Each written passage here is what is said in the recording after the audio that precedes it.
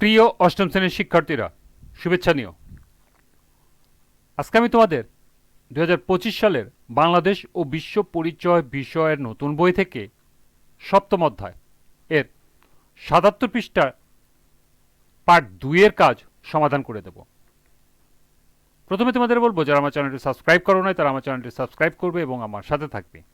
তাহলে চলো আমরা ক্লাস শুরু করি। 77 পৃষ্ঠার কাজ, সামাজিকরণের ভাষার গুরুত্ব ব্যাখ্যা করো। অর্থাৎ সামাজিকরণের মধ্যে ভাষার কি গুরুত্ব রয়েছে তা ব্যাখ্যা করতে হবে।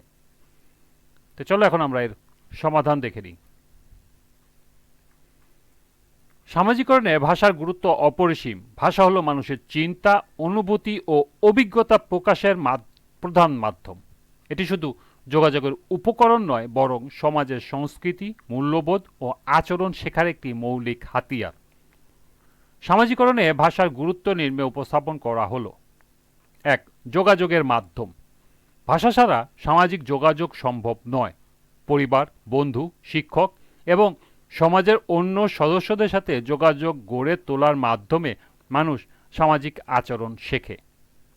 2. সাংস্কৃতিক মূল্যবোধ শেখানো। প্রতি সমাজে নিজস্ব ভাষা ও সংস্কৃতি থাকে।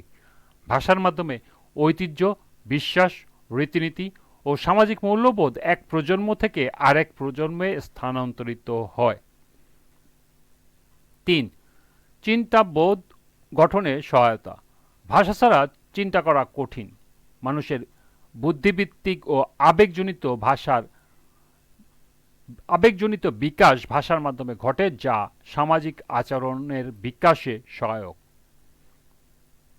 4. আত্মপরিচয় গঠনের ভূমিকা। ভাষার মাধ্যমে মানুষ নিজের পরিচয় প্রকাশ করে এবং সমাজে নিজেকে উপস্থাপন করে। কোনো ব্যক্তির সংস্কৃতি বা সমাজের সদস্য ভাষা তা নির্দেশ করে।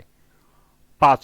শৃঙ্খলা ও নিয়ম শেখানো। ভাষার মাধ্যমে নিয়মকানুন, আদেশ, নিষেধ, নির্দেশনা প্রদান করা হয়ে থাকে। শিশুদের সামাজিক নিয়মকানুন শেখাতে ভাষা অপরিহার্য। সর্বশেষ 6.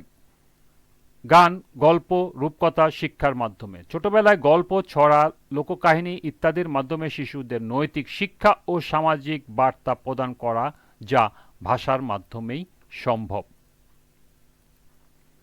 এই ছিল এই কাজের সমাধান। তোমরা এটা এখান থেকে নোট করে নিতে পারো। আজকের ক্লাসটি এ পর্যন্তই। পরবর্তী ক্লাসে পার্ট 3 এর কাজ সমাধান করে দেব। সবাইকে আবারও বলছি, যারা আমার চ্যানেলটি সাবস্ক্রাইব করো নাই তারা আমার চ্যানেলটি সাবস্ক্রাইব করবে এবং আমার সাথে থাকবে। সবাইকে পরবর্তী ক্লাস দেখার আমন্ত্রণ জানিয়ে আজকের মতো আমি এখানেই বিদায় নিচ্ছি। আল্লাহ হাফেজ।